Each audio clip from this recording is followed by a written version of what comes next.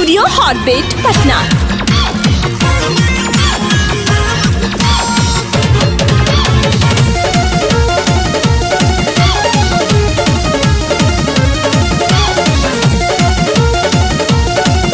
आप लोग सुन रहे हैं विनय मौर्य को।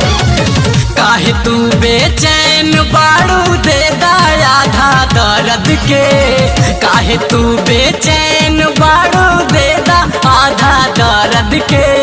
चिखला सवाद तनिका गोंडा वाला मर्द के।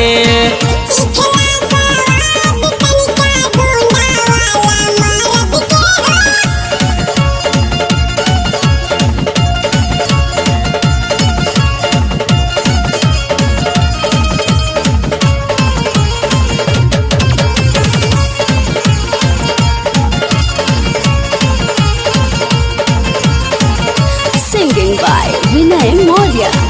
गोरखपुर देवरिया तहरा मूसा की पहिलेला, काहे की तहरा लायक मर्द नहीं मिलेला।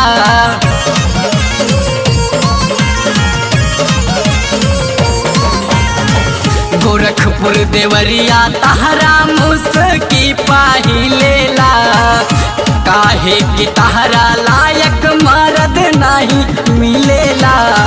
तनिसा में टान ली लहंगा के सरद के, तनिसा में टान ली लहंगा के सरद के।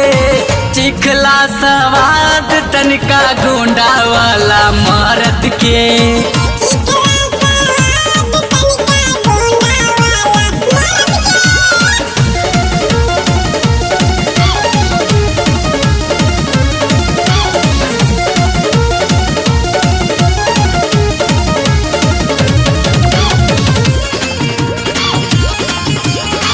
सिंगिंग बाय विनय मौर्य। बानी दीवाना हम ताहिरनी के चाल पा, बोल का लुटा दी तहरा गोरे गाल पा।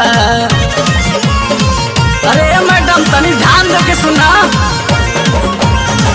बानी दीवाना हम ताहिरनी के चाल पा, बोल का लुटा दी तहरा गोरे गाल पा। काहे बात बोला तारू हमरा के बेपरद के, काहे बात बोला तारू हमरा के बेपरद के। चिखला सवाद तनिका गोंडा वाला मर्द के।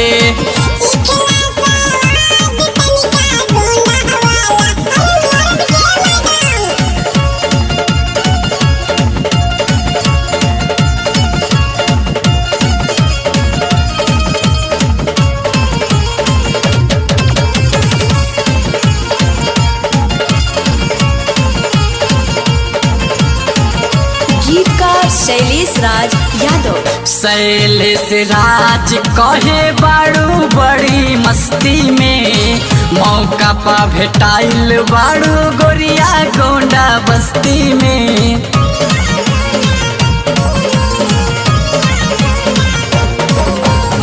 शैलेश राज कहे बाड़ू बड़ी मस्ती में, मौका पा भेटाइल बाड़ू गोरिया गोंडा बस्ती में। करेलू बिनैया के साथ काम तूनी दर्द के, करेलू बिनैया के साथ काम तूनी दर्द के। चिखला सवाद तनिका गोंडा वाला मर्द के।